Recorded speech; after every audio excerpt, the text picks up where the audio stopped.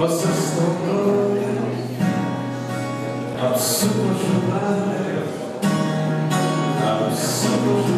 studentai iš tikrųjų labai stengiamės prisidėti prie fakulteto ir jo tradicijų saugojimo. Organizuojame tokius tradicinius renginius kaip akustinės kalėdos, tai yra mūsų pats žymiausias renginys, į kurį kviečiame dalyvauti ir kitus studentus iš kitų fakultetų.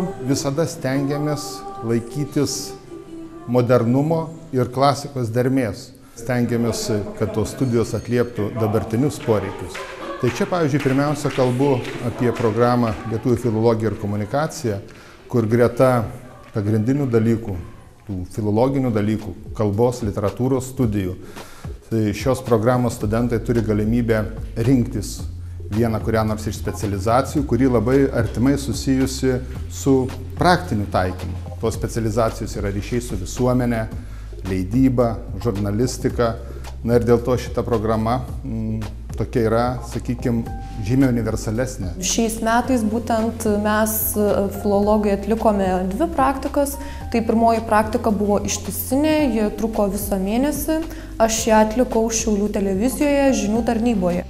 Mes išmokome ten viską, nuo temos atradimo, nuo interviu ėmimo, nuo filmavimo, montavimo, įgarsinimo ir galų gale reportažo išleidimo į eterį. Teko padirbėti ir leidykloje Šiaurės Lietuva, prisidėti prie leidinio rengimo ir taip pat turėjau galimybę šitoje leidykloje maketuoti savo pačios knygutę, poezijos knygutę, kuri netrukus ir pasirodys.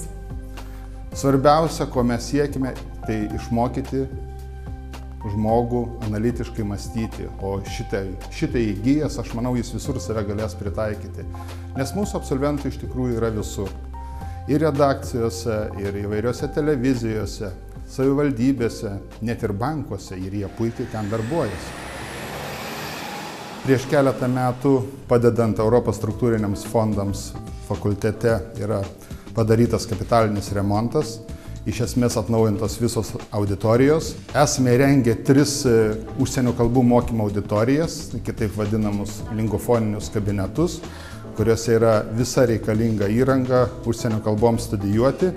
Na ir aš manau, kad šios auditorijos yra vienos iš moderniausių dabar Lietuvoje. Iki šiol katedra rengė anglų filologus, grynuosius filologus, tačiau rinka, darbdavių reikalavimai parodė, kad reikalinga vis dėlto daugiau tiek Šiaulių kraštui, tiek Šiaulių regionui, tiek Šiaulių miestui kvalifikuotų vertėjų. Gretutinėje vertimo studijų kryptyje mes studijavome labai tokius įdomius dalykus, kaip automatizuotas vertimas, išmokome dirbti su tokia programa vadinama SDL Trados, kuri yra labai naudinga verčiant specializuotus tekstus.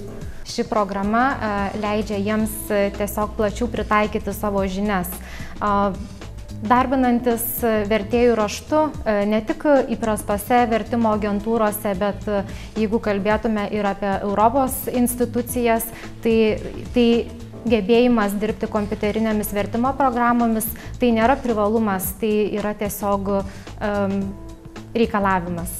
Mes iš esmės suteikiame teisinio vertimo, teisės tekstų vertimo pagrindus, finansų ir bankininkystės vertimo ir apskritai verslo terminologijos vertimo pagrindus.